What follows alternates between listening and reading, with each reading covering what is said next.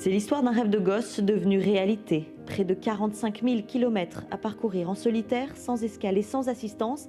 Un périple par les 3 caps qui font de cette course hors norme une aventure avec un grand A.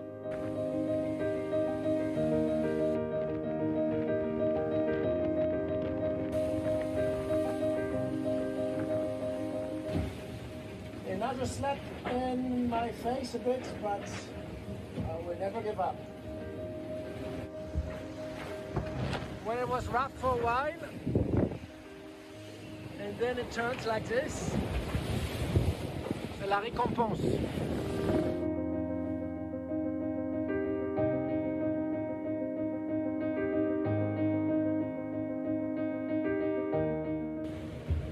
About half an hour ago I hit a fishing vessel, a huge fish trawler. We have 85 miles to the finish, so I think we can make it. Les avaries n'auront pas ébranlé le marin qui est devenu le 28 janvier dernier le premier skipper allemand à boucler le Vendée Globe.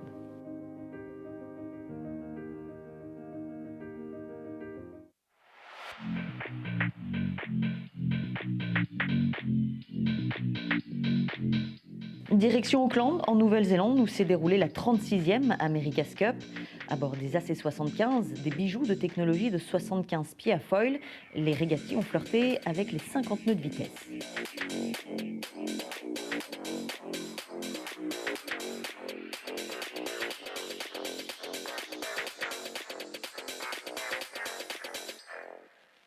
Après avoir remporté la Prada Cup face aux Anglais de Ineos, Team UK, Luna Rossa Prada Pirelli a rencontré les Defenders de Team New Zealand. 5 jours de régate, dimanche, dont 7 victoires auront suffi aux Kiwis pour conserver le plus vieux trophée sportif du monde face aux Italiens. Il s'agit du 4e sacre pour Team New Zealand qui sera une nouvelle fois le favori à sa propre succession.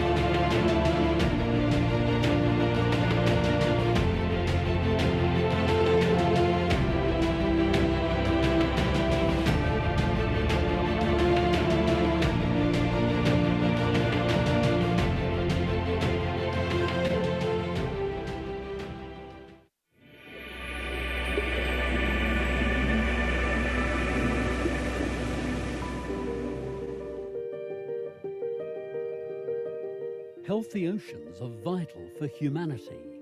Our oceans are under serious threat. Pollution, overfishing, acidification, and ocean warming are contributing to a global crisis.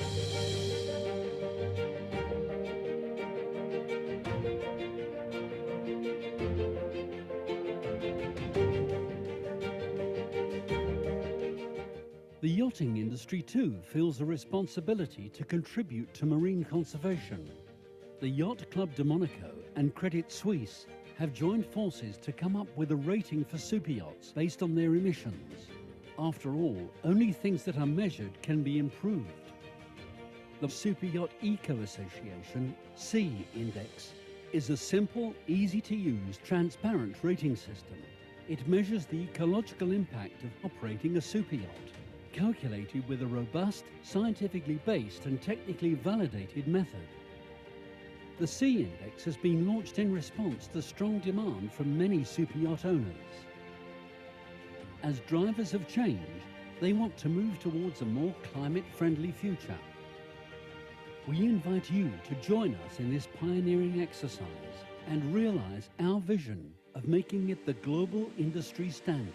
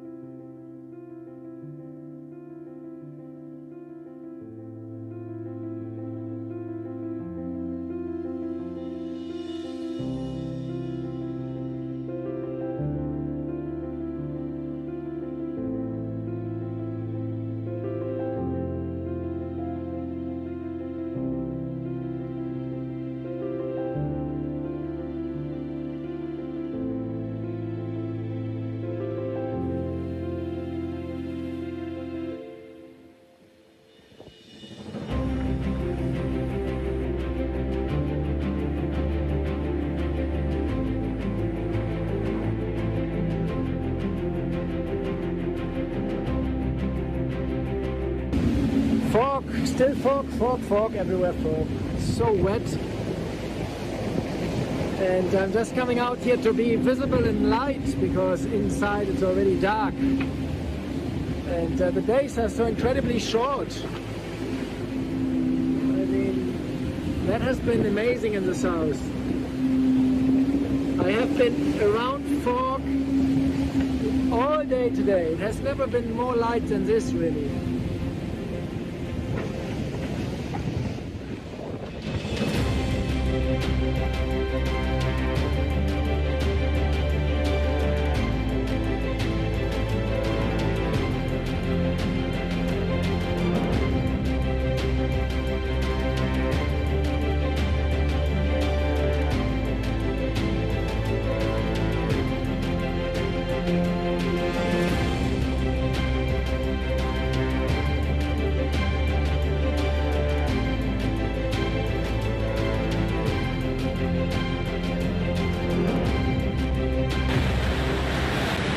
Here against the Jib Woods,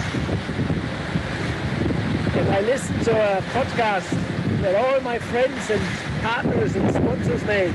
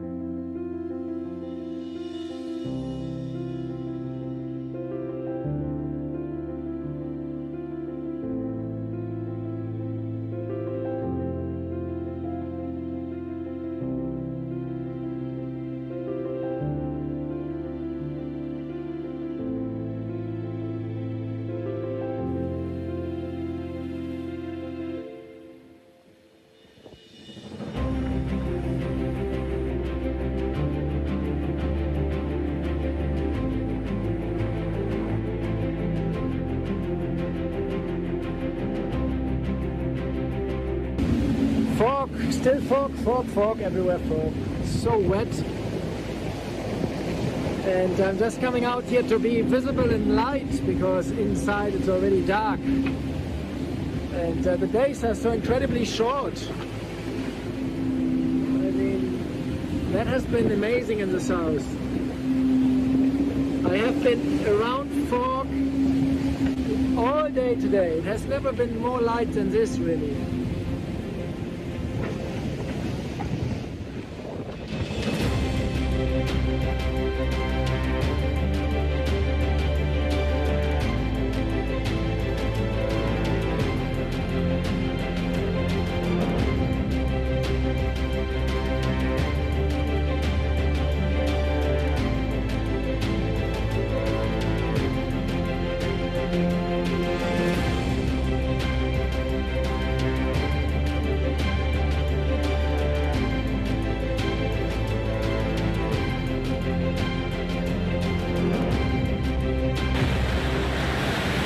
Here against the jib winch,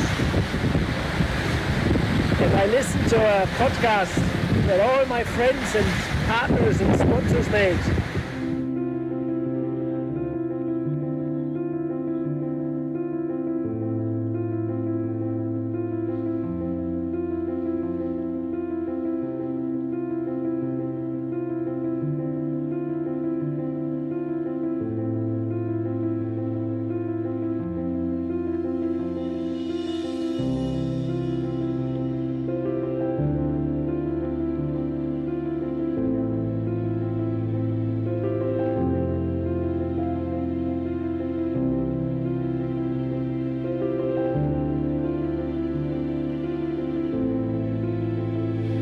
Bonjour, bonjour, bonjour, bonjour, bonjour à toutes et à tous. Alors nous sommes en direct. Je vais vous demander de vous asseoir. On va patienter encore quelques petites minutes. I'd love to welcome you all. Welcome you from abroad. A lot of people are connecting. We have more people connected outside from the Yacht Club than here in the Yacht Club. You'll be like 80 persons here in the Yacht Club with distanciation, of course. And we will have maybe 150 to 160 guests. We see them. Welcome. We see you're on the screens. Yes, you can wave. You can. Thank you very much for attempting this conference. In a few minutes, we will start. We just wait for our guests. Thank you very much for your patience. I just wanted to welcome you and tell you that this is the Monaco Ocean Week, the fourth one, and been among a lot of conferences. The Yacht Club is like a platform welcoming a lot of people, and you will be able to follow the summary and also the reactions of one of the great sailors of nowadays is Boris Herrmann will be here with us, with the vice-president of the Yacht Club, Pierre Casiraghi, who was leading the team Malizia behind Boris. And so they will tell you what they felt during this Vendée Globe challenge. Merci encore une fois. On va faire cette conférence à la fois en français et en anglais. On essaiera de varier un petit peu les deux langues, de façon à ce que tout le monde puisse être avec nous encore une fois. Et vous pourrez vous aussi poser des questions. Je vous invite à le faire via le chat. You will be able to ask questions by yourself, also by the chat. So feel free to connect yourself as well and write questions, and we will try to take as much as possible. Boris and Pierre will be here in a few minutes. His Serene Highness Prince Albert II of Monaco will join us also. Son Altesse Sérénissime, le Prince Albert II, président du Yacht Club, sera également avec nous d'ici quelques petites minutes. Donc nous vous demandons encore un petit peu de patience. L'histoire du yachting, vous le savez, ici à Monaco, elle ne date pas d'aujourd'hui. Il y a une très très belle histoire puisque eh bien, dans les années 80, il y avait eu quelques... Je vais reprendre un petit peu mes notes, ça c'est toujours intéressant de les avoir mises sur papier. 1985, Monaco-New York, première transat. Le directeur actuel du Yacht Club de Monaco, M. Bernard d'Alessandri, était donc sur le bateau, on le salue. 1997, première participation à la Whitbread, qui a ensuite été, vous savez, la Volvo Ocean Race, a team race with some stops during this tour du monde. Le Mon 700 at that time of Monaco was led by Grant Dalton, and Grant Dalton came second. Il est arrivé deuxième. Donc ça fait partie de l'histoire un peu du Yacht Club de Monaco. D'autres membres du Yacht Club de Monaco ont participé aussi à des courses, notamment au Vendée Globe. Et un disparu, on pense effectivement à Nigel Burgess, who disappeared in the ocean. Et beaucoup de monde, justement, était aussi avec nous. Et ça, c'est toujours un vrai bonheur de savoir que il y a des gens qui ont fait le tour du monde et il y en a un qui est avec nous ici. Claudia est en train de le prendre en photo. C'est en direct. C'est Yvan Griboval. Salut Yvan, qui est juste là, voilà, juste avec nous. Vous pouvez le saluer et l'applaudir. Yvan a fait le tour du monde. He made a trip also Vendée Globe. Thank you very much. C'était pas le Vendée Globe, mais c'était un tour du monde de cette façon. Et quelque chose à l'époque où c'était pas aussi technique que maintenant les bateaux. Et donc avec la technologie actuelle, c'était beaucoup plus difficile. Bravo. Félicitations Yvan. Voilà pour toutes ces histoires. On parle également de courses au large, c'est vrai, et de records. Just wanted to salute one of the last record here, puisque Giovanni Soldini, on en parlera tout à l'heure, vous allez le voir. Retenez ce nom. Giovanni Soldini sur Maserati avec Cape to Rio, qui avait été une histoire intéressante, puisque c'était le début, la genèse de l'équipe de Malizia 2. Eh bien, sur son multi, il vient de battre le record de vitesse Monaco-Porto Cervo. C'était le week-end dernier pour 2 minutes. On va l'applaudir très très fort. Voilà, it's a new record. Monaco-Porto Cervo for 2 minutes. voilà, ça fait partie aussi de l'histoire. Et puis, bien entendu, que ce soit des IMOCA ou des classes 40, vous savez que beaucoup de propriétaires ici eh bien, profitent de ce Yacht Club de Monaco également pour amener des équipiers. On a quelques images. Voilà le bateau de Giovanni Soldini ici sur Maserati, ce bateau donc, qui vient de battre le week-end dernier ce record. Ça, ce sont les images. Je pense que vous les recevez toutes et tous. You've seen these pictures. Voilà ce qu'on peut dire un petit peu en amont.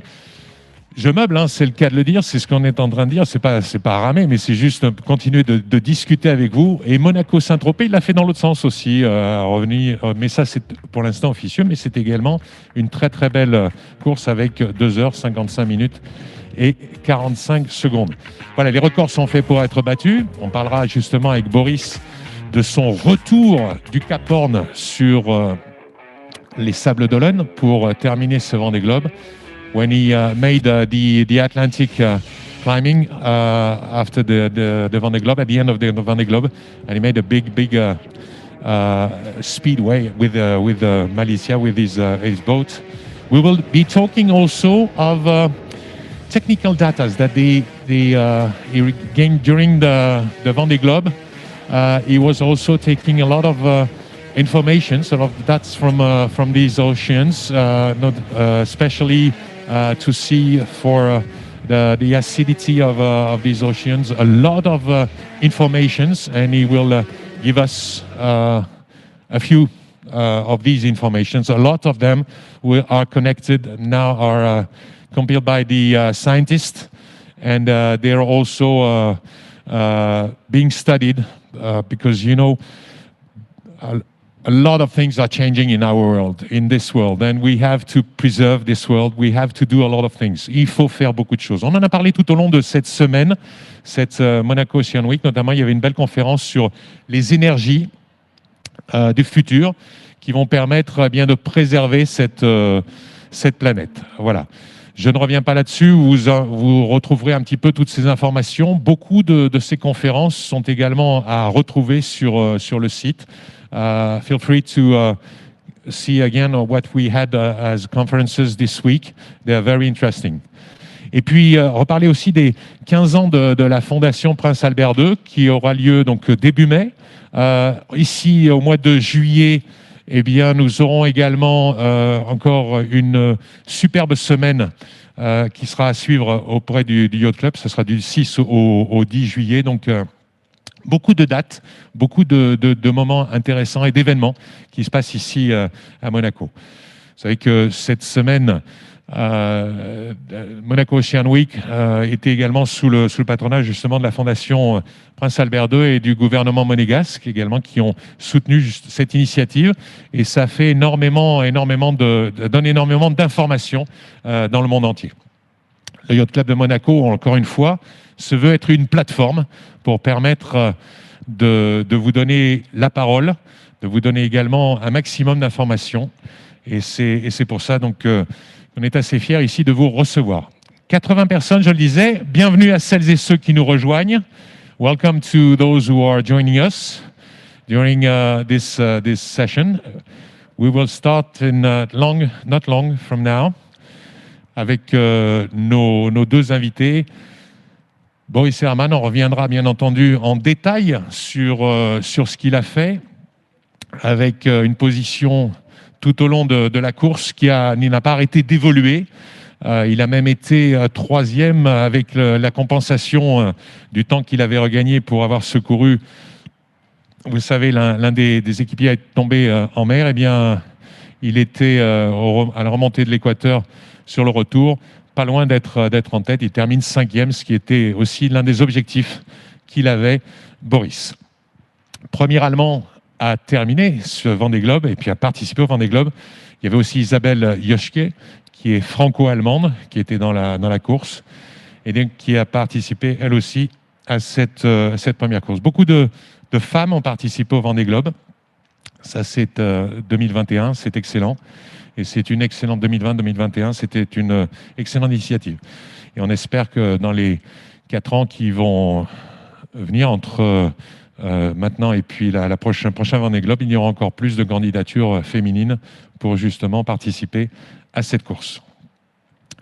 On wanted to make you wait a little bit more, and we will start, I think, if I'm 1 minute to say, okay, we have, it's live, as you see.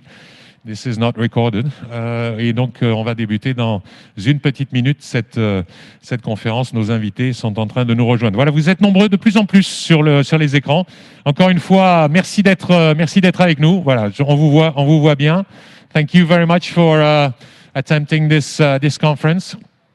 The conference, as soon as it will start, will last 1 hour. So, je vous le dis pour tout le monde, il y aura 1 heure de conférence tout comprise. Donc, à partir du moment où on va débuter, de façon à ce que vous puissiez aussi vous poser des questions. Et this will be question and answer. So it will start now in a few seconds, dans quelques secondes. Là encore, merci beaucoup. Je vois beaucoup de sourires derrière les écrans. C'est aussi ça l'intérêt justement de suivre pas mal d'informations comme cela. Vous allez voir, c'est toujours passionnant d'écouter les histoires d'un aventurier, parce que lui, il a vécu ça tout seul. Nous, on l'a vécu à l'extérieur, on l'a suivi, et on n'a pas toujours eu bien entendu, la même vision, et surtout pas la même sensation. So it's always a pleasure and very interesting to follow the story of a sailor. The sailor has a lot of things to tell. They're alone, so they need to be connected sometimes to this world, and they feel sometimes very, very lonely, and he will tell us about it. And also the way when he comes back, when you step again on Earth, that's something special. Also, he will witness this experience. C'est toujours quelque chose de très, très important. Voilà. Mesdames, Messieurs, Son Altesse Sérénissime, le Prince Albert II de Monaco, président du Yacht Club de Monaco, qui nous rejoint. Monseigneur, bienvenue. His Serene Highness Prince Albert II of Monaco is joining us.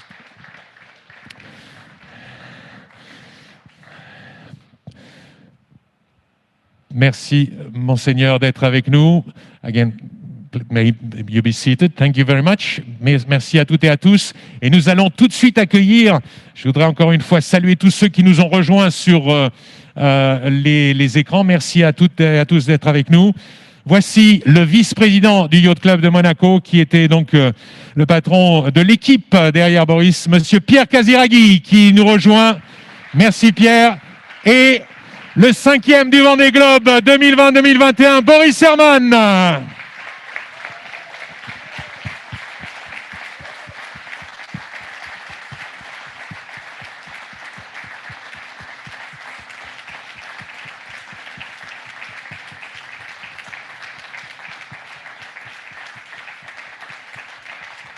Un exploit extraordinaire. Le premier Allemand a terminé, et puis la plus grande vitesse de retour entre le Cap Horn et les Sables d'Olonne. The fastest boat from the Cape Horn to les Sables d'Olonne. BorisHerrmann. Congratulations. Félicitations. Un bonheur de l'avoir avec nous. Gentlemen, please take your seats. Merci de prendre vos places. Alors, nous allons prendre des questions. Je vais en poser quelques-unes à Boris et puis à Pierre. Et vous pourrez également, vous aussi, poser vos questions, à la fois dans la salle, mais également pour celles et ceux qui nous rejoignent. For those who are here at home and following us, I remind you that you're more than 150 persons away and 80 persons in a room. Thank you very much for attempting this. Boris, Pierre, merci d'être avec nous. Première question, Pierre, je vais vous la poser. Quand est-ce que l'histoire a commencé entre vous deux? When did it start in between you two? Can answer in French, and sometimes we will do a switch to English. Bonjour, bonsoir à tous. Écoutez, notre première rencontre s'est passée en Afrique du Sud, et je venais d'arriver un matin pour préparer la course, le Caprio. Et donc, je me présente le matin sur le bateau. Et le skipper Giovanni Soldini et le reste de l'équipe n'étaient pas encore à bord. Et il y avait Boris qui était en train de de préparer différents composants électroniques du bateau. Et donc, je l'ai aidé à passer des câbles dans le bateau. Voilà. Donc ça, c'est littéralement notre première rencontre. Plus important, c'est la course qu'on a vécue et puis ces jours avant la course. Une course très difficile avec des conditions extrêmes. C'était en 2014. En 2014, c'est ça. Et donc, voilà, des conditions qui ont fait une course difficile, mais aussi très rapide.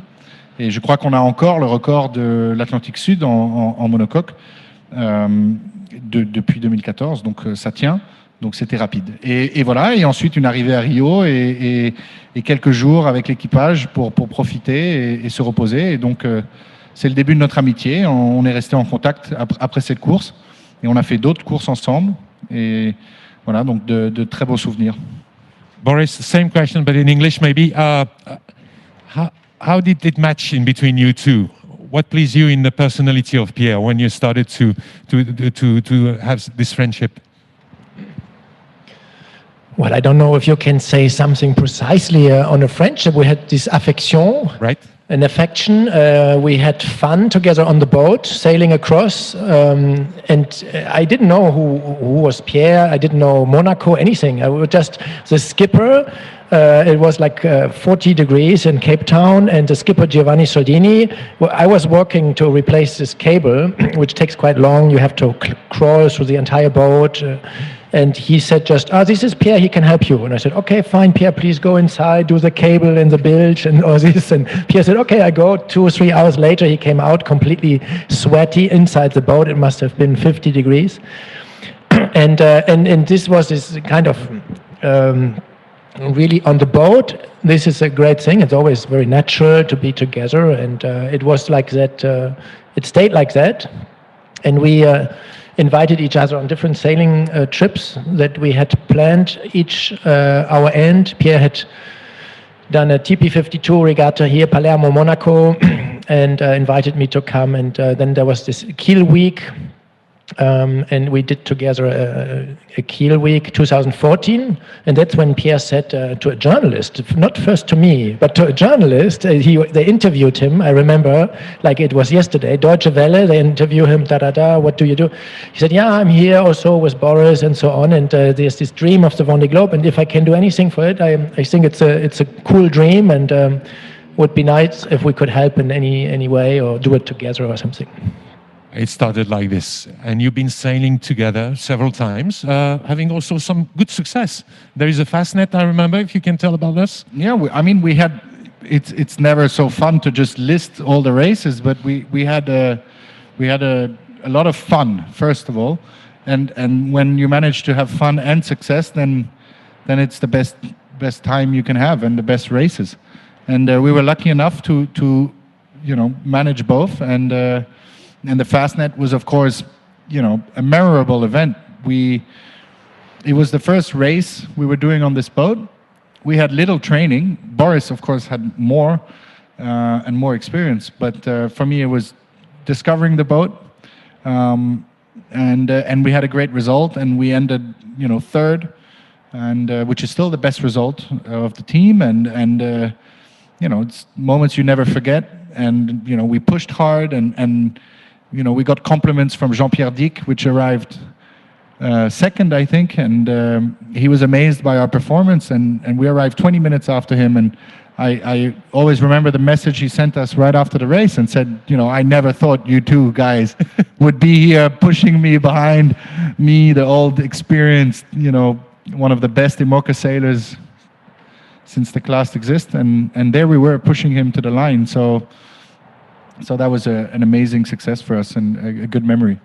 Pourquoi j'ai posé ces questions-là? Parce que c'est aussi ce qui vous a rapproché, bien sûr, et soudé pour former cette équipe. Parce que vous aviez toujours en rêve, vous, Boris, de faire ce Vendée Globe. Vous avez essayé plusieurs fois. Il y avait eu aussi le Global Tour that you won in 2008. Et il avait fallu aussi continuer de monter l'histoire. Ça ne s'est pas fait tout seul.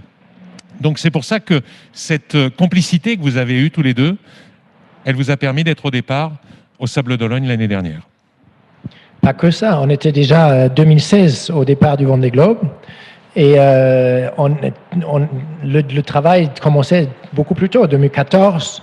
2015, début 2016, Pierre a fondé l'équipe Malizia. C'était son idée de donner ce nom, de faire le circuit GC32, le catamaran volant en circuit méditerranéen. C'était un peu la base pour construire d'autres choses dans l'affilée. Donc déjà, on était allé au départ 2016, où le prince Albert II avait donné le coup de départ, je me rappelle. Tout le monde se rappelle. Et on était déjà là avec la perspective de vouloir être là en 4 ans. Et avec Ryan, qui est là aujourd'hui, je me rappelle la soirée qu'on a fait. Une fois, on était revenu et on avait amené aussi un copain allemand, Gerhard, qui a dit si vous trouvez un petit peu de soutien quelque part, je vous achète le bateau, vous le louez à moi, etc. Donc, comme ça, c'est un puzzle qui se met en place. Mais le morceau le plus important du puzzle, c'était quand même Pierre. Celui qui rassemblait un peu tous les éléments au début. Tout à fait. Et Pierre, comment on crée une équipe? Cette équipe, vous l'avez créée, elle est formée de combien de personnes et comment on s'appuie sur eux? Qu'est-ce qu'on leur demande? Oui, alors,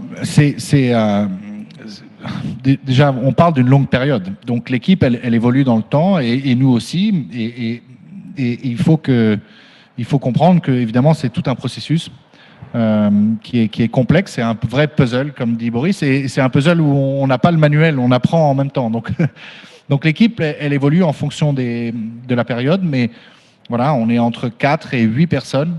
Et puis, il y a des moments où des pics où ça peut monter un peu plus.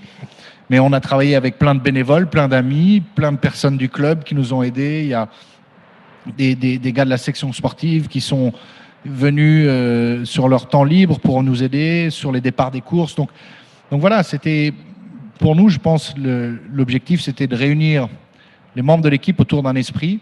Et c'était ça la chose la plus importante. Alors, on va rentrer dans la course dans quelques secondes. Boris, mais je voudrais juste reparler de ça. Vous avez été l'un des navigateurs à peut-être avoir le bateau le plus longtemps en main en préparation. Ça aussi, ça a aidé pour éviter justement la casse, pour éviter les ennuis.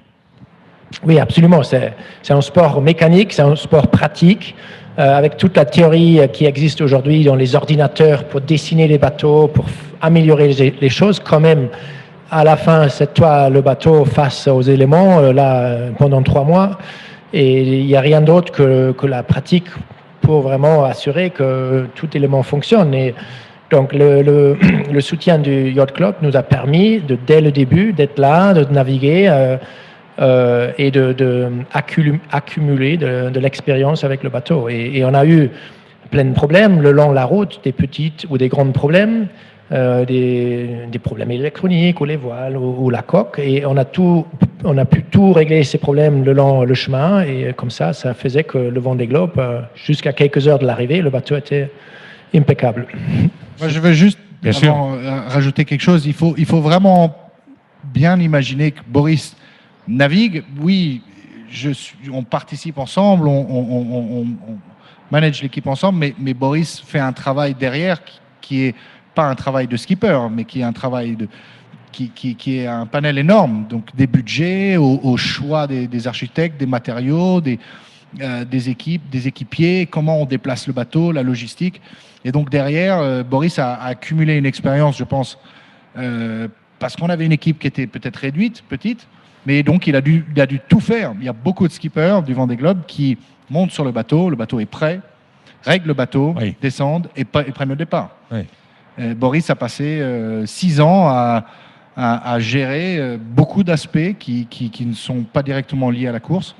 Et ça, je pense, ça crée une expérience énorme, et ce qui lui permet aussi d'être extrêmement performant. Il connaît le bateau de A à Z et s'appuie sur l'équipe technique quand il y a un problème, mais déjà lui, il a tout le mode d'emploi en tête.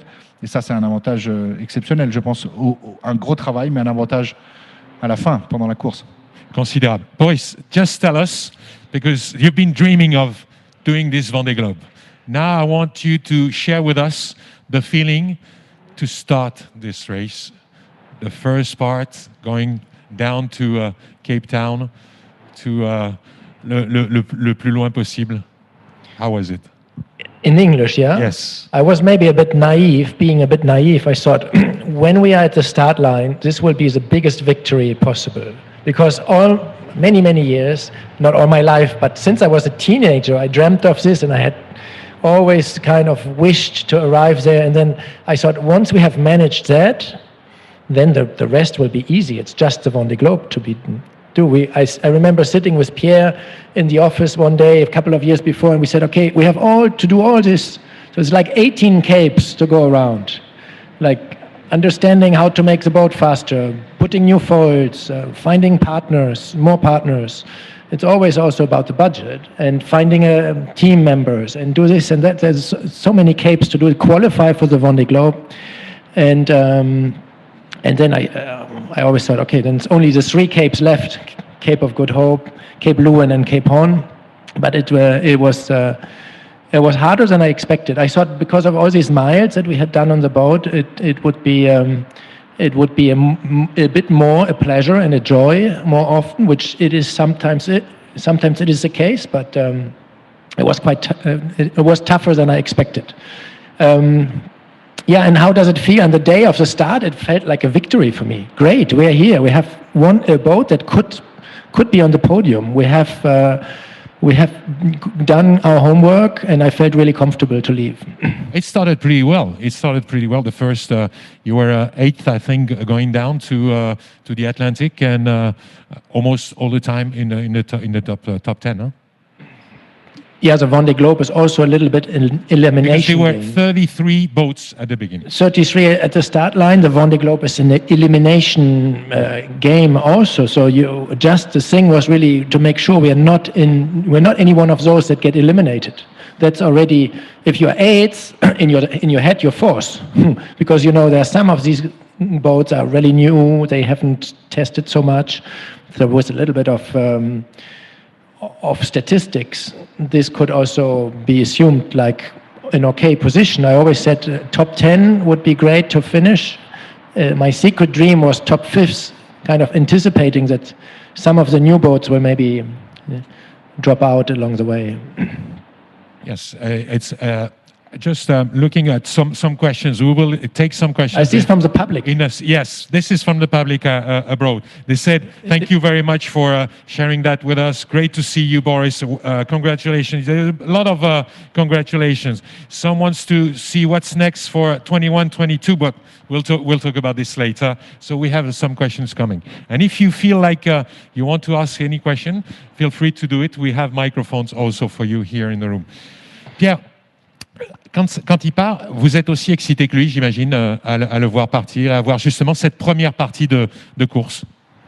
Oui, bon, c'est beaucoup d'émotions différentes. C'est très difficile de résumer ça, mais voilà, pour moi, je vois des flashs des années qu'on a passées, des moments rigolos, parce que il faut imaginer qu'on fait ça pour le plaisir d'être en mer, pour le message qu'on transmet, mais donc j'ai plein de flashs sur comment on est arrivé là, et j'ai besoin de me pincer parfois pour me dire il y est, et puis en même temps je me soucie un peu, j'espère que tout va bien se passer, et voilà, donc c'est beaucoup d'émotions en même temps.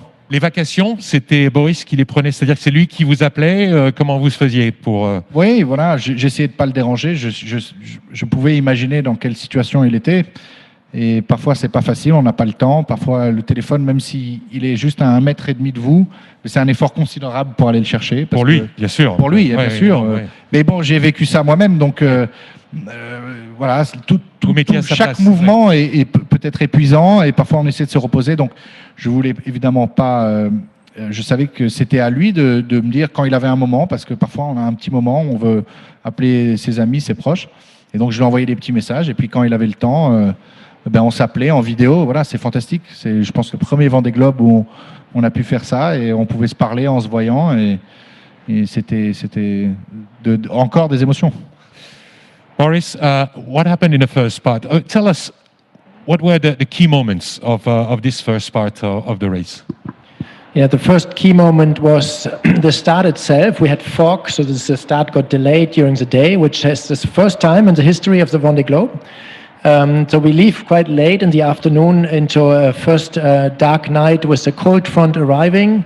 And and we have really good conditions, like a little bit like on the big picture on the wall. The boat is foiling away from Les Sables d'Olonne, and I remember I was quite in the pack, and there was suddenly Thomas Rouillon was kind of going very slow sideways to me in the opposite direction. I thought, oh, this is early to have a problem.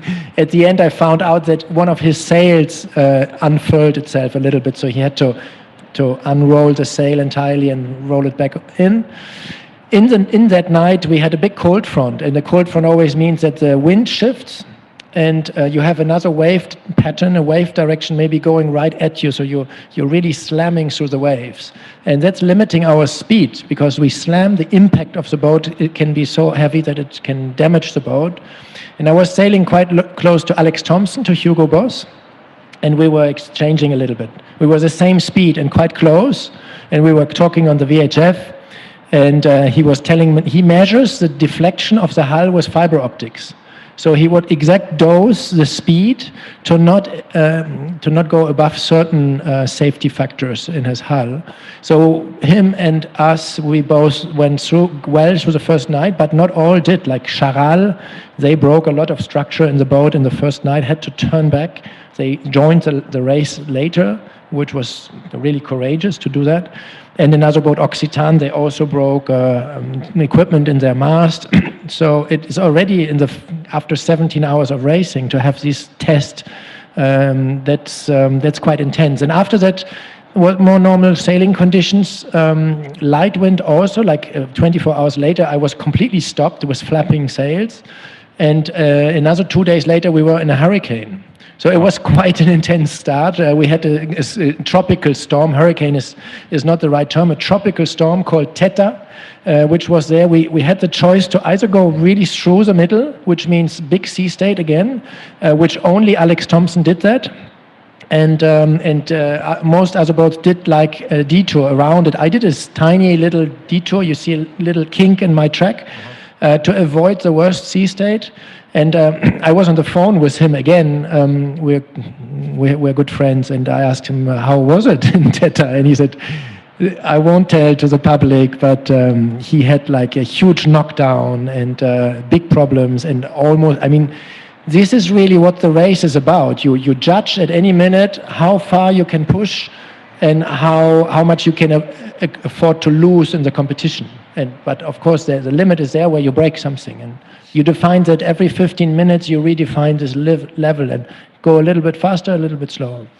You were the one who initiated a WhatsApp group in between the sailors. When did you start this WhatsApp group? Yeah, I remember one day walking down the dock in Lorient, maybe 4 weeks before the start, and there are already 8 or 10 of the Vendée Globe teams are already all in the same place. And so I just added them one after the other to a WhatsApp group and invited all the skippers and said, we make it a rule, only skippers, no media, no team managers, just the skippers. And that made it quite, like a family conversation, really, between us. To get off the pressure, sometimes it was interesting to have these conversations. Yeah, you sail alone, but of course you can exchange today so much and so instantly that of course you're physically alone on the boat, but you're quite accompanied by. I was accompanied by Pierre, by the section sportive, by the team, but also the exchange with the other skippers helps you a lot to figure out how much are they stressed, what problems they have. We really go through the same thing, and some of them really exchange quite openly with me, like Alex. Yannick Bestaven and some others too. One question is coming back. You've sailed around the world before with team also. Have you seen a lot of changes in terms of climates or the oceans? Something different this year? Or sudden change of topic. We're changing. We can talk science now if you want. Taking a few questions because there's so many. So we need to take some of them. I mean, Ryan, who is here, sitting over there, him and I have sailed around the world 2010-11 on a similar type of boat in the Barcelona World Race. So that's the same thing, basically. It's non-stop, but with 2 people. And we was planning for 90 days, and it was 100 days at the end for us. And part of the reason was that the Arctic exclusion zone got much bigger, and the Arctic ice sometimes, in some winters, the Antarctic ice sometimes breaks off earlier, and with the winds can drift further. The exclusion zone gets bigger, and that's what made our trek much longer. And we didn't have enough food. Ryan lost a lot of weight, me too, a little bit. And then scientists were talking afterwards about this being related with climate change and so on. But that just makes you aware of, we witnessed something on a planetary scale. We have just been around the globe in a relatively short time on our tiny sailboat. And the length of our trek is determined by these climatological effects as well. And one thing that is really striking each time we sail is the Sargasso algae, the Sargasso seaweed in the Atlantic. Historically, it has always been there in the Sargasso Sea, but now it's really the whole North Atlantic, from the equator up to the level of the Canary Islands. And you almost get stuck with the boat in like really thick levels of these brown algae. And the scientists say that that's something quite obviously to do with climate change.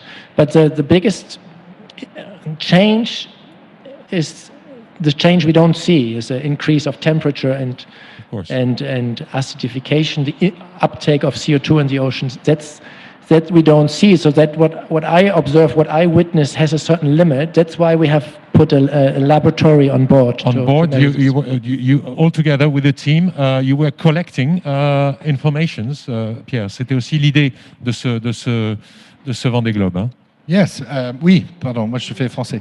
Oui, c'était absolument une idée qui a commencé déjà avant le Vendée Globe. On a dû mettre au point. Bon, ça a déjà été fait par le passé, mais il fallait que le laboratoire fonctionne bien et ne s'abîme pas pendant les différents voyages et les différentes courses. Et évidemment, c'était un objectif. C'est une zone qui est très peu naviguée, donc c'est important d'aller collecter des données là-bas. Et il faut imaginer, même si d'autres bateaux le font ou l'ont fait, et ben ce sont des nouvelles données, et puis les bateaux vont pas toujours au même endroit, à la même latitude. Et donc, c'est très important pour la science de confronter des données avec d'autres données. Donc, le plus de données on a, mieux sont, enfin, les conclusions peuvent être plus faciles à tirer. Donc, c'était quelque chose d'important pour nous et on l'a mis en place il y a quelques années avant le Vendée Globe. Et quelques-uns des résultats donnés ont déjà été étudiés par les scientifiques. Je crois qu'on a une carte. Maybe we have a map. Maybe you can comment because they see the map. Boris, if you want to, or Pierre. It's down here. Yeah. Yeah, this one. It's the same. You have it on a screen also for you all. Who wants to comment this map? Yeah, you see here the concentration of CO2 in the ocean surface where we sailed along the track. And can we go one slide back to the sensor? Can you show that? Or yeah, this is the machine how we got this data. We call it the Ocean Lab. It's fully automated. It pumps seawater through from the keel and then separates the gas, the CO2 gas, from the water and measures it in this white box. And this is actually a really long story. It sounds kind of lapidar to say, yeah, we measure that. But it's a miracle of technology, which dates 15 years back. And Yvon Griboval, who is here, he was at the beginning of this endeavor to say we can use race boats also for valuable and important scientific measures. I remember at the time we met in Caen in Normandy. I was there with my 40-foot race boat, my class 40, 2009. No, it was 2009 or 8, 2008. And so that's where this started. And this is now the 6th generation of a lab. And in the Volvo Ocean Race, in the last Volvo Ocean Race, 2 boats had been equipped with such a lab. And since then, this had been developed further, which then a lab that we got on board 2018. And then after this, 2019, we got this new lab, which is the latest version. to take this on board, it weighs at the end 17 kilo. It started at 80 kilo at the time when Yvon Gribeauval started the process. And on a normal scientific vessel like the Polar Stern or the Ifremer ship, Pourquoi pas? What is it called? Pourquoi pas? No? Le pourquoi pas, yeah. This same machine is in like a huge thing, like very heavy, huge machine, and this has been miniaturized, and it also has a calibration gas with it, so that the sensor is calibrated every 24 hours during the entire voyage. And this is a huge miracle of technology to actually have this working in the conditions of slamming. And we were pushing the class of these boats, the IMOCA class, that all the boats should have it. Because, of course, then we have more comparable data. It's even more exciting for the scientists. But the biggest challenge is that it takes a lot of energy. It takes a lot of power. So it takes like 20% of the electricity we consume on our boat. We prepared for that also many years in advance with putting a huge solar panel system on the boat, hydro generators, and bigger batteries. To get enough energy, yeah. And that's also a reason why, for example, the data we measure, you cannot get them otherwise. The surface CO2, to measure that precisely, you cannot get it from a satellite, you cannot get it from a drifting buoy, and you cannot get it from the sail drones because they are too small, they don't have enough energy to supply such a machine to pump the water through. So that is really giving kind of a justification for such an extensive voyage. I think even just to bring back this data would justify all the efforts of doing this project, and the machine worked to the end. That's something we can really be happy about, and we are really proud about. And they can use it for the next races. So that's very, very interesting. So we had the measurement, and you were telling that the red part was, if we can see the map again, acidity and so to comment that just briefly, big picture is like in the atmosphere the air mixes a lot and very quickly. It takes just a couple of months to mix stuff around the world. So if we measure on this volcano in Maui in Hawaii, we measure the CO2 since 50 years, the famous Keeling curve, where we see the increase of concentration of CO2 in the atmosphere, which is now 433 parts per million. And in the ocean, it's much more complex because you have the different layers. You have ocean currents, and the exchange is much slower. So the top 100 meters, they are pretty much synced with what happens in the atmosphere, but then to exchange with the profound waters takes up to 1,000 years. Wow. Therefore, we cannot just put one measurement point in the ocean. We really need to measure, ideally, all the ocean surface as much as we can to measure the ocean surface CO2. But that's, of course, not reality today. In the southern hemisphere, there's basically no measures. We have a lot of measures in the northern hemisphere, where all the shipping routes are. A couple of shipping routes go around Cape of Good Hope back to Europe from Asia. But not as much as in North, But the really interesting part for the science is also south of that. Around Antarctica, a lot of the CO2 in proportion of all the oceans is taken up. We see here the colors on this track. That is kind of the gradient CO2 parts per million. Where it's red, it's more. Where it's yellow, it's less. But you cannot directly derive from that a certain, you cannot really look at it and say, this says X.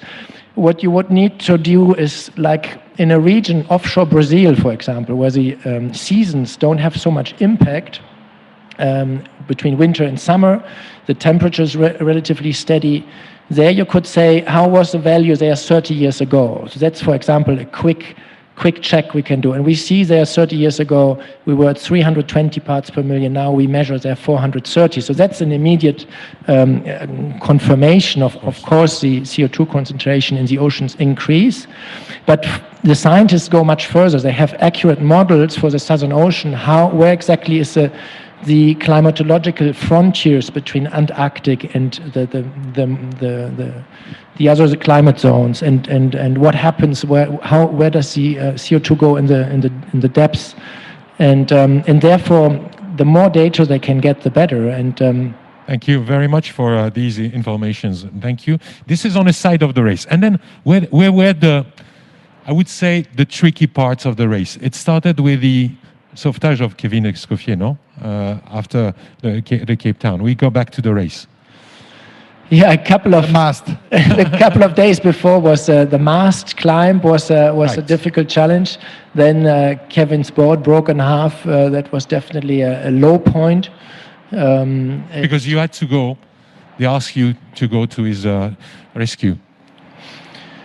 Yeah, I was west of his position. For me, it was downwind, but I changed my course to come to his zone. And then in that zone, I had to stop and take my sails down. And just with a tiny mainsail, I sailed up and down in a search pattern. I don't even like to speak about it too much because it's not a good memory. Yeah, but you try to reassure Boris and the people who are trying to save Kevin, huh? Pierre? Sure. I mean, look, for me, I'm very distant from the problem, so it's very difficult to project myself. I can just only imagine how difficult it is, and at that point, for me, I'm of course worried for Kevin, but I'm also worried for Boris, and to make sure that he doesn't put himself in any risky position, and that make sure to stay calm. And I think he does that very well. And I think in those moments, whatever they are in life, it's better to take your time and think before what you do, and think again and another 10 times, and because you can get hurt also when you try to help someone. So that was my main worry. Normally you do it as safe as possible. You don't take too much risk, right? So that was also one key of staying ahead in the race. Yeah, absolutely. And Pierre reminded me quite often, and I remember very well, like it was yesterday, how he reminded me in the cabin a moment to be first thinking our safety for our boat and me, because otherwise it doesn't help anyone if we now take extra risk. And but that was a pure seamanship thing. The rest of the race, it's always a battle between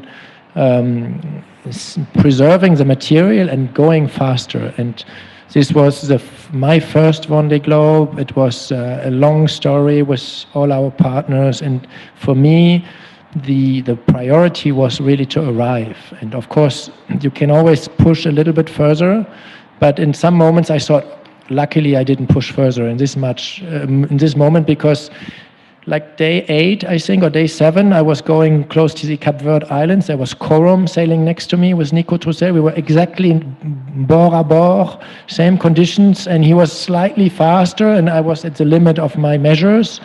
And I said, okay, let him gain a bit. I will see later. And then a few hours later, he broke the mast. That was the first reminder. Of course, let's try to get to the finish first. To finish first you have to finish. But then we had a moment kind of in the Pacific Ocean, South Pacific Ocean, with difficult conditions, and Isabelle Joschke on MACSF was close to me, and I saw her sailing behind me in a big squall coming, a big dark cloud, and I could even see her changing course and the boat lying flat, although it was at night, but there was the moon shining on the scene. And then the big dark cloud came over her and nothing was visible anymore. And an hour later she called me, said she had broken her keel, her janicle, and the bowsprit, I can't remember, but the keel was basically, that was the end of her race in that moment. And where were the other tricky moments for you? The whole race? No, yeah, I can imagine. Well, we will talk about sleeping and eating in a few minutes, because these are the questions that are coming back also. But for you, where were the other key moments? Well, Pierre did the right answer. Huh? The whole race is a struggle, and it's a challenge every day. You have with our team, the technical team, the shore team, the rest of the sailors that know the boat well. We have everyday exchange on the feedback. They remind me, check this system, look there. When the conditions are quiet, you crawl through the boat with the headlamp to really look if all the structure is still fine. And then when I had problems, we had a WhatsApp group. Any technical problem, I would text them and get immediate advice how to repair. anything that could have broken along the trip. About sleeping, this is an issue. How did you manage? And also in terms of food, you had enough food because you were going in between 70 to 80 days. You made 80 days because the conditions were special for this Vendée Globe. Yes, we took food for 80 days. We expected better, but we took a little bit of safety margin, and that worked out perfectly, yeah. Luckily. And I had also a little bit of comfort food, a little bit of cheese and ham and things like that, even a little bit of red wine, small bottles. Comfort drinks. Did you choose the comfort food together, Pierre? Well, I mean, comfort food, yes, I always thought that you could match ocean sailing with some kind of good food and nice alcohol. Sometimes a little glass of wine is cheers you up and lets you have a little break from the reality you're in at that moment. Yes. And we shared that with Giovanni and Giovanni Soldini on his boat, and I think we took the good parts of that. And Boris had some nice wine. I unfortunately couldn't bring, because of the coronavirus, I couldn't come to the start and bring all the wine we had prepared, but I think he had a good stack and a little bit of whiskey and rum, and that can help. The good food, I would say, the mental good food was like 10% of the whole amount, or 15-20%, no? Yeah, I had 130 kilos of food for 80 days. It's roughly, I don't know exactly how much that means per day, but maybe someone is better in math than me.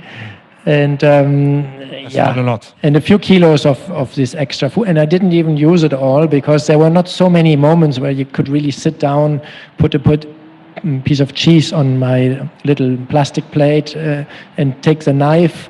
Because then most days were that the cheese would fly away.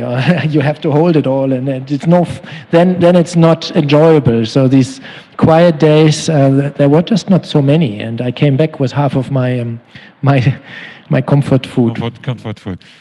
Mentally, you were saying that it was hard every day, but you were struggling sometimes. How did you deal with that? Alone? And in hard conditions. Mentally, you were prepared before, but how did you deal every day? Well, you have no choice. Very well said. You have no choice, and there's il y a encore la volonté d'aller là. Et, quand c'était difficile, comment on fait? 1 hour at a time, I think, is 1 day at a time. 1 hour at a time, one exactly, day. You remind me, Pierre, that was actually something he wrote me next to my bunk for the Route du Rhum 2018, 1 day at a time. And this was really the motto of this race for me. Just go through 1 day and take away from your mind the other 79 days at the start, because that doesn't help to think too far ahead. It's easier said than done, but of course, but no. But there was also, I remember standing with Loïc Perron, someone who had done the Vendée Globe twice before, and also done second in the very first edition of the Vendée Globe. Kind of an old sailing star to me, that I had seen his films when I was a teenager. And we were standing in Lorient, and I asked him, how do you prepare mentally? And he just said, you have already done this and that. You know how to sail the boat. So if you know how to sail 1 day, then you just add 1 day, and you just add 1 day and do that. Talking about sleeping, how long did you sleep the most, for example? Yeah, the most, maybe 1.5 hours. But quite often you just lie down, and in the same moment you get woken up maybe 5 minutes later.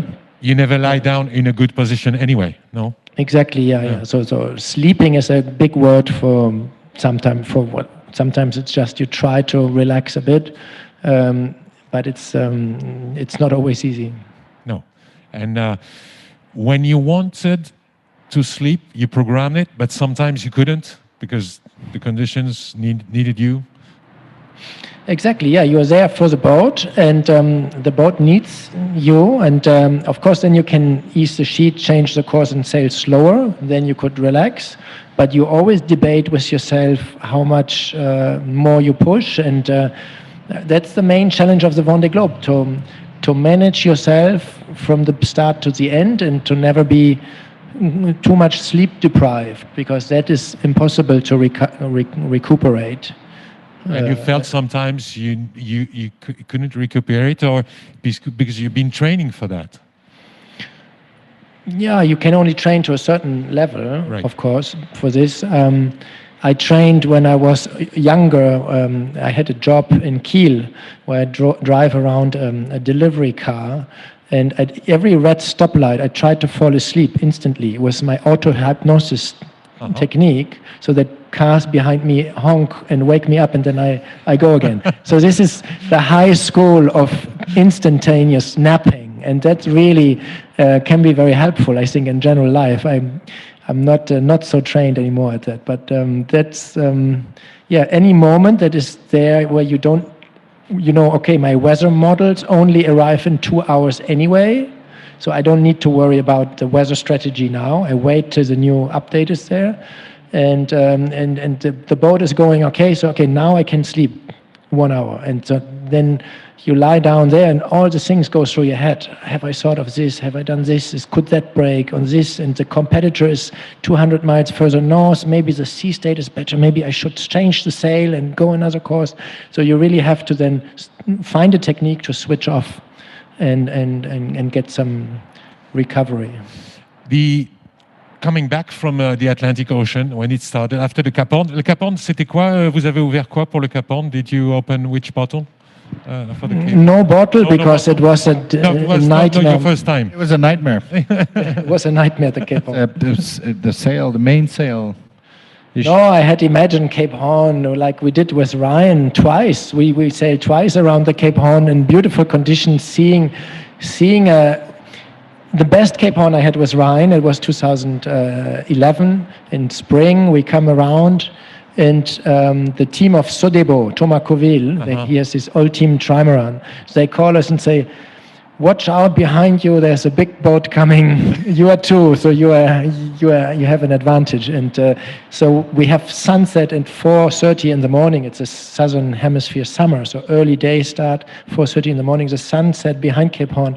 We arrive, see the iconic shape of the rock, and then Thomas Coville comes with his trimaran on the trough, trying to break the solo Trophée Jules Verne.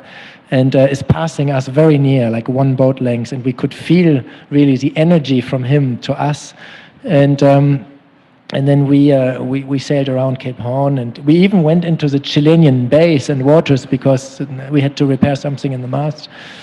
And so this time I was hoping of this landscape experience to see the Andes mountains again with the snow and all that, and after I don't know how many days there, but since the start you haven't seen any land, so you're really desperate to see that too. And then finally 2 days or a day before Cape Horn, I had to admit, okay, the weather really doesn't take me there. It was so stormy and so much sea state that I avoid the continental shelf altogether, and I do this big detour around Cape Horn, so no way to see anything. And I had already put the Monaco flag somewhere, and I said I take the selfie here with the flag behind, with the rock behind, but there was nothing of that. I also had the problem with the mainsail and this big storm in the same time. So a lot of things to deal with. And you started, that was the speedy moment of the race, because at that time you did a great performance coming back in the Atlantic, being among top 3 on the equator. You were among the top 3 on the equator, no? Yeah, the good thing was once I had repaired my mainsail, I was sailing a bit like with the sheet, like 80% sheeted in. I was afraid that the load in the sail could still break it, but after the first low pressure I had come through, I had confidence in the sail and started then to sail at 100% of the potential of the boat. And the boat was flying, and everything was working well. The energy systems, the foils were there, the rudders, the sail. I had still all the sails to be ready to be used. So therefore, I could really do a good race through the Atlantic back. Yeah, and at that time, you have to choose options. All the others were choosing options. That's not easy. Well, all the time of the race. So you were following the others. or you're only following your race? Yeah, at Cape Horn I was 12th, I think, and it's a little bit easier. When you see these other guys, they are kind of scouting out for you the terrain. It makes it a bit easier than being first, like Yannick Bestaven. Who is making mistakes? Where do I go? Yeah. Well, mistakes, not even. He just has a certain weather situation that takes him closer to Brazil, where it's usually if you get too close, it's the disadvantage. The wind direction is further north, you're closer to the wind, you have less wind. So that was a good possibility to come back to the fleet, and at the doldrums, a little bit north of the equator, I was basically quite close with the first, I think 60 miles of Charlie Dalin, who was a bit further east, and Louis Burton was just 30 miles to the north directly in front, and then coming into the doldrums, he made it through, and I lost 100 miles or 150 miles in one day. That was maybe the beginning of the stress of the race to the finish that started there. Because this is seldom that in that Vendée Globe race, maybe 8 boats could win.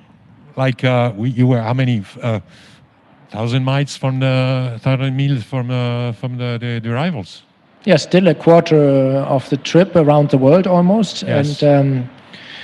And there really we had like a day race, and every mile counts. It's like a regatta. It's almost yes, and then Louis Burton took this very different route, a bit more with a bit wider wind angle. He really invested a lot in going northwest, and it made it really interesting. There were different choices in strategy, and our boat is good in these conditions. It's really a really good boat for that, and. I couldn't win back a few of the miles, but really the decision, we knew already like 6 days before the finish that probably the last wind shift in the last 8 hours before the finish will decide probably between first and 8th place. Because the first 8 boats arrived within how many hours? I can't remember. 12 hours. 12 hours in between, 18 hours, yeah. Yeah, or... Yeah, and so this is something crossing the Bay of Biscay with with the wind shift, you can win a lot or lose a lot, and it was not that evident to take that decision, and then I finally chose a way closer to the Spanish coast. Also, there was less sea stage predicted, and that went. Quite well, and we were on the way to the finish, really like in this regatta mode, looking at the wind instruments and seeing the wind change 3 degrees. I went in the right direction, I would jump up, super happy. It's 3 degrees in the wrong direction, I would like bang on the table and be furious. And that's of course a fantastic present to have this excitement of the racing that really makes the last day so interesting. If we look at the objective at the beginning of the race, what was your objective?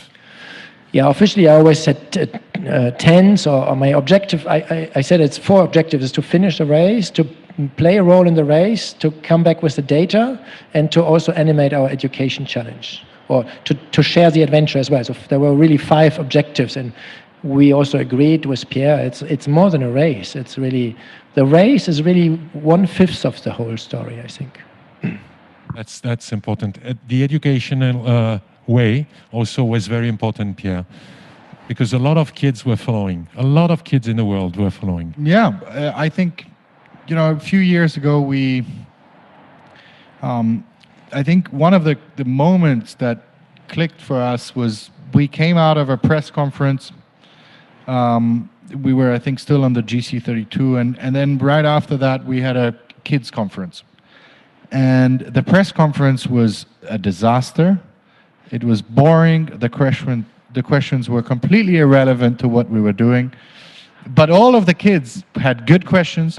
They were very excited. Positive and good. No, it's not about being positive. It was just they were excited in the same subject as us. And we thought that, it was much more fun. And we thought, how can we involve different ages, different kids, age groups, with what we're doing? And then, it arrived to a point where I think we still own the world record of the most amount of children and I don't want to say this for the port authorities in Monaco, but the most amount of children on an IMOCA boat. I think we had 52 kids on the boat. Not for the security. They all had life vests. Yes. There was no wind. And we made a great video where they were all popping out from the same hall because they were all hiding inside. And at that day, I think we really realized, we need, this is fun for us and obviously fun also for them. And we had kids that were maybe, I remember always this little girl that was maybe 5 or, she was the size of the winch. Tiny, and she couldn't believe where she was. And so all ages, really enjoyed. And so we thought with Boris, we have to do something more, and we have to share also with that age group. And then, it takes a lot of work, and the team worked and Boris worked to make a nice little educational kit. And, we worked on that. And now I think we have 8 or 9 different languages, and it's even in Chinese. So, that's a great success for us. And we're going to keep doing that because we enjoy it a lot. This program. We come back because there are some questions on that program. So it was the 5 objectives were there. So you were happy with that. 5th place, which is at the beginning, if we would have told you, you would have signed, huh? Yeah, absolutely. And even you build up your expectation over the time of the campaign. I remember 2018 in the Route du Rhum, solo across the Atlantic to Guadeloupe. I was in 5th place in the middle of the race, and I made a video. It was at some date in November 2000. I said, 2 years from now, November, this same date, I will be 10th day in the Vendée Globe and hopefully 5th place. That's my dream. And it was exactly 5th place at the end. It's kind of a miracle. Crossing the finish line in this Vendée Globe, to be honest, I didn't reflect on the rank at all. It felt like much more than that. And also I thought I was 4th. Yes. Because I was the 4th boat to come over the finish line. Exactly. And there was, because of the incident with Kevin Escoffier, yes, Jean Le Cam, Le Roi Jean, he had 16 hours or something like that. And you had 16. Yeah, you had 6 hours, he had 16. So only the next lunchtime next day, I realized, Jean has taken away the 4th place from me. I thought it felt a bit like a revenge because he, during the last week of the race, he had made a statement and saying, he was asked of his expectation for the finish. He said, okay, probably not going to win, so I don't want to be second because c'est celui qui gagne pas, c'est pas bien. 3rd is nice, then 4th, no, ça c'est la place de con, celui qui rate le podium. 6th, no, so he said he wanted to be 5th, really, so that was his objective. And then he went sur la place des cons, and I thought, that's good. That's good. So there is one question about the kids. Birte, your wife, made a program also with kids together, like you. And how many contacts did you get from the world, from these kids? Did you receive messages, especially her and you, after that race? There is a question. I'm sure that some kids wrote to you. Yeah, maybe on the next trip we make a WhatsApp group open to all the school kids or something. No, but no, we had in our educational book, in all these 8 languages, it says at the beginning the email address of Pierre and mine, of the team. So it's for free for download on the website. It's on the Yacht Club website, it's on the team website, and people could just write to the team. And there were lots of feedback. People that write a photo, send a picture of their child having done a model of the boat, or followed the race, and or a school teacher wanting to collaborate closer. And therefore we have teachers in the team that instruct other teachers with their experience what they could do, how they can use the educational program in their own school. That's interesting. If someone has a question, yes, please.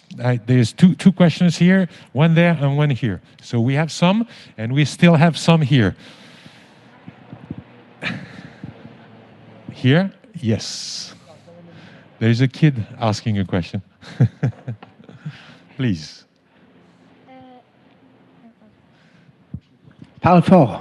Est-ce que vous avez déjà pensé, enfin, vous avez jamais pensé d'abandonner dans la course? Est-ce que tu as pensé à abandonner? Abandonner. Merci pour ta question. Non, j'ai pas pensé à abandonner du tout, jamais, je pense. Non. Pierre, il n'aurait pas accepté non plus. Non. C'était pas un sujet de toute façon, non, Pierre? C'était lui. Le Vendée Globe, s'il y a une course dans le sport qui montre la ténacité et on n'abandonne pas, je pense à Yves Parlier, Bien sûr. qui a fini sans la moitié d'un mât. Voilà, cette course, elle est historique pour ça. Évidemment, il ne faut pas se blesser. Il y a des priorités, ça ne vaut pas le coup. Mais si on peut le faire, s'il n'est pas blessé et si le bateau flotte, eh ben on va flotter jusqu'à l'arrivée et on essaiera de passer la ligne. L'exemple de Samantha Davis qui est hors course et qui finit. Hein, donc, mais il y en a beaucoup, hein, des exemples comme ça. Une autre question. Oui, Thierry. Oui. Ben, écoute, non, juste pour te dire 2 petites choses. C'était ton rêve, mais je peux t'assurer qu'on t'a suivi tous les jours, pour pas dire heure par heure, et je peux t'assurer que tu nous as fait rêver, que tu nous as emmenés dans ton rêve, et pour ça, un grand, grand, grand merci. Franchement, c'était énorme. Merci Thierry. Merci. Parce que Thierry animait tous les mercredis avec des jeunes, et notamment vous avez fait des visios ensemble ici au Yacht Club. Tout à fait. Et alors, je voudrais quand même faire comprendre un peu de prendre un départ d'un Vendée Globe, c'est déjà très, très courageux. De naviguer en solitaire, c'est pas donné à tout le monde. D'aller naviguer dans les mers du Sud, franchement, si on vous oblige pas, il n'y a aucune raison d'y aller. Il faut quand même être un peu fou pour y aller, mais d'être en plus en course et de l'avoir fait comme tu l'avais fait, d'avoir cravaché, remonté comme ça depuis le Horn, de donner le bateau à fond tout le temps et d'avoir géré ton bateau pour la ramener intacte juste à l'arrivée, pour ça terminer dans les 10, c'est juste, je vous assure, c'est hors norme. Franchement, c'est respect, Boris. Franchement, tu forces l'admiration. Et là, franchement, tu nous as tous bluffés. Enfin, je ne sais pas comment te dire, on a vraiment une émotion très forte. Et malheureusement, maintenant, à la section sportive, il y en a qui veulent faire comme Boris, ils nous disent. Alors, tant mieux. Merci Thierry. Il faut se préparer. Merci Thierry. Alors, j'avais Oui. juste une petite question Bien technique. En fait, c'est, je sais que tu as fait le choix du bateau juste avant, il y a 4 ans, donc avant le premier Vendée Globe, puisque c'est un foiler de première génération. Je voulais savoir pourquoi ce bateau-là. Est-ce que c'était l'architecte Guillaume Verdier? Est-ce que c'était une opportunité? La fiabilité? Qu'est-ce que tu as fait de plus sur le bateau? Donc à l'époque, c'était Guillaume Verdier et VPLP. Ils ont été encore jumelés, les architectes, le groupe d'architectes plus le génie Guillaume Verdier. Donc il y avait toute une série des bateaux un peu similaires. Il y avait Safran, il y avait qui était le bateau qui a maintenant gagné, Maître Coq, c'était Safran à l'époque. Banque Populaire qui avait gagné ce Vendée Globe-là. Donc il y avait plusieurs bateaux qui se ressemblent. Aussi le Hugo Boss à l'époque qui a fait 2e. Donc c'était une question de marché, quel bateau est à vendre après le Vendée Globe. Et la Banque Populaire était déjà vendue très tôt à Louis Burton. Et l'autre bateau qui était à vendre, c'était celui-là. Et c'était mené par une des équipes les plus exigeantes, avec les plus grandes ressources, l'équipe Gitana, menée par un skipper très expérimenté, Sébastien Josse, qui est membre aussi, je pense, ici au Yacht Club. Et il a fait, je ne suis pas sûr s'il est membre, mais il a fait son école de voile ici quand il était jeune, parce qu'il vient du sud de la France. Donc, de toute façon, il y avait beaucoup de bonnes raisons pour s'orienter vers ce bateau et on s'est bien entendu avec l'équipe. Donc, ça s'est fait comme ça. Voilà, il y a des questions qui reviennent, bien entendu. Il y en a une, Pierre. Est-ce que vous n'êtes pas tenté pour le prochain Vendée Globe? Non, alors malheureusement, je manque de qualité aussi. Je pense qu'il faut vraiment imaginer les qualités techniques, mais les qualités de marin. Il y a énormément de composantes qui rentrent en jeu. Et bon, c'est un défi trop grand pour moi. Et j'ai jamais eu cette envie de naviguer en solitaire. Donc voilà, c'est quelque chose que je comprends et je vis à travers Boris, mais c'est pas quelque chose vient naturellement. Mais l'équipe va être reconduite parce qu'on me pose des questions aussi pour la suite, Boris, pour les prochaines années, les 4 prochaines années, avec une préparation, bien entendu. J'imagine que l'équipe a envie de continuer de progresser. Oui, on va continuer, on va continuer à progresser. on va essayer, en tout cas, de progresser et pas de faire l'inverse. Reculer un peu. Oui. Pas de régresser. Non, ça c'est l'objectif. Et on va voir. Aujourd'hui, c'est encore tôt de parler des détails, mais je pense qu'on va rester là et on va rester présent. Et j'espère, on ne sait jamais, c'est un long chemin, mais j'espère qu'on sera présent pour le prochain départ. Boris, et je veux juste répondre à ce qu'il disait Pierre. Je ne pense pas qu'il manque de qualité marin pour faire le Vendée Globe du tout. Hein. Le meilleur résultat du bateau, on fait en double ensemble, lui et moi, parce que aussi grâce à lui, parce qu'il pousse. C'est lui qui prenait certaines décisions qui vous ont fait gagner d'ailleurs. Absolument, mettre le grand spinnaker dans les conditions très musclées et avoir le courage de faire ça. Mais c'est aussi, il faut avoir cette envie de vivre ces conditions pendant plusieurs mois. Et cette envie, c'est un truc très, très personnel qui, c'est pas pour tout le monde. Et c'est bien que ça soit pas pour tout le monde parce que ça n'a pas de sens que tout le monde fasse le Vendée Globe non plus. Exactement. Une autre question, one more question here in the room. Yes, there are two. Here and here. Claudia, you want to ask a question? Hold on. Yes. Yes, thank you. Listening to your stories are just really inspirational, and I mean, I can't imagine what that must have been like. And you've been talking about how you prepare for these races, but I was actually also quite interested to know about if you practice, or do you just grow up racing regattas and then eventually end up on a really big boat sailing around the world, or how do you get to that stage? Yeah, if you look at the different skippers in the Vendée Globe, there are many different projects, some more race-oriented, some more adventure-oriented. But my personal career was doing dinghies, a lot of dinghy sailing for 70s and 505 dinghies. The mini transat when I was young, it's a kind of like a small dinghy offshore race. And then a lot of crewed racing and class 40 double-handed around the world with Ryan, with the 60-footer, and sailing a lot with crews. And there I have met Pierre sailing on a crewed boat, and just picked up a lot of little elements also from other people. There's no golden rule, I think, how to get there. Pardon, j'étais en train de dire d'autres. Une question, oui, monsieur. On va prendre une dernière question. One last question. Boris, I've really enjoyed following you on this entire journey, and thank you so much for being here tonight. I'm very interested to know about the LiDAR. About? The LiDAR. What's LiDAR? The LiDAR at the top of the mast, you didn't have that on your boat? LiDAR? No. LiDAR to identify... LiDAR, I have that on my iPhone. No. Identify objects in the sea, no? I have an infrared thing on the mast. Yeah, that's it. Yeah. LiDAR is different, no? That's kind of a laser or something. I don't even know how it works. But no, it was designed to identify objects, right? We had an infrared camera in the mast. Yeah. I didn't understand. And a startup from France, Austrian-French startup, they have developed this machine to be able to detect objects even on a sea with waves, so that they could recognize objects. It works. It's a work in progress. It's starting. It's not there yet for the normal sailboat, I would say, but I think for the next Vendée Globe we have something that's quite reliable already. Did it actually help you avoid anything? I'm not sure. We have to really look. I mean, not us, but the company will look through all the data. We had 2 big hard disks and recorded everything the machine did.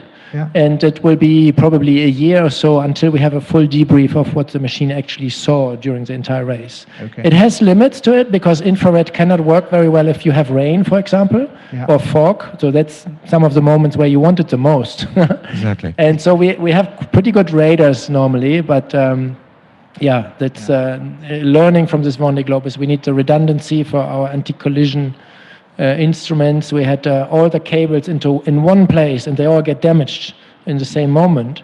As that's part of the reason for our collision, and that's a learning we take away from that for the future. And there is thank you very much. And there is a last question to conclude. How did you manage to come back among the society, among the humans, because you were alone for a long time? when you step in on He hasn't yet. He hasn't He's yet. standing 20 meters from you. He's going to step down and wear a mask and go isolate in a room. We'll ask him in 6 months.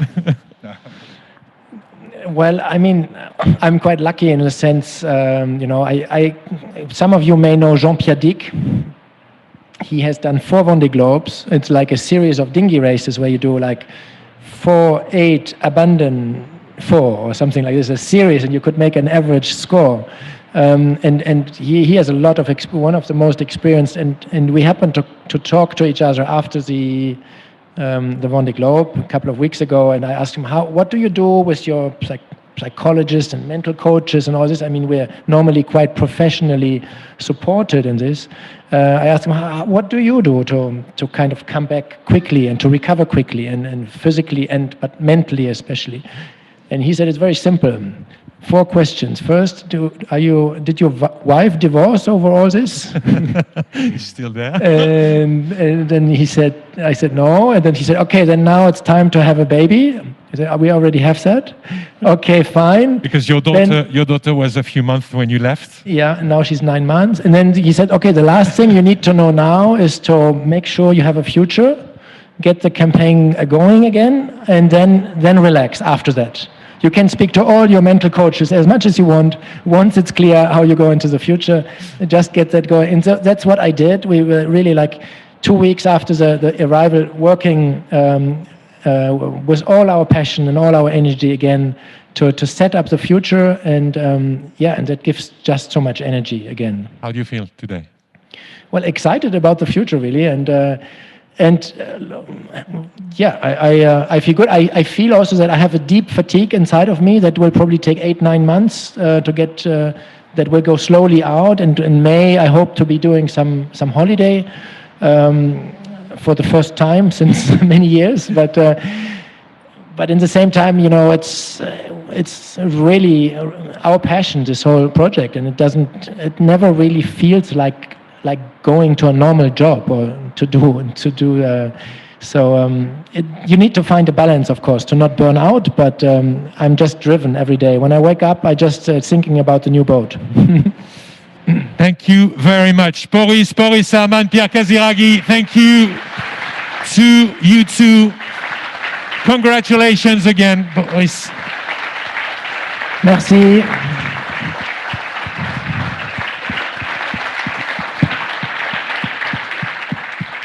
It's an honor. Thank you very much.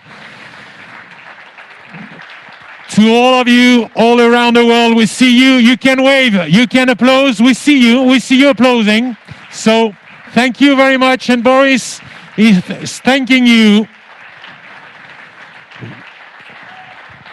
See you around and wish you good luck for the future. Merci beaucoup. Bonne chance à toutes et à tous. Au revoir. Bonne soirée.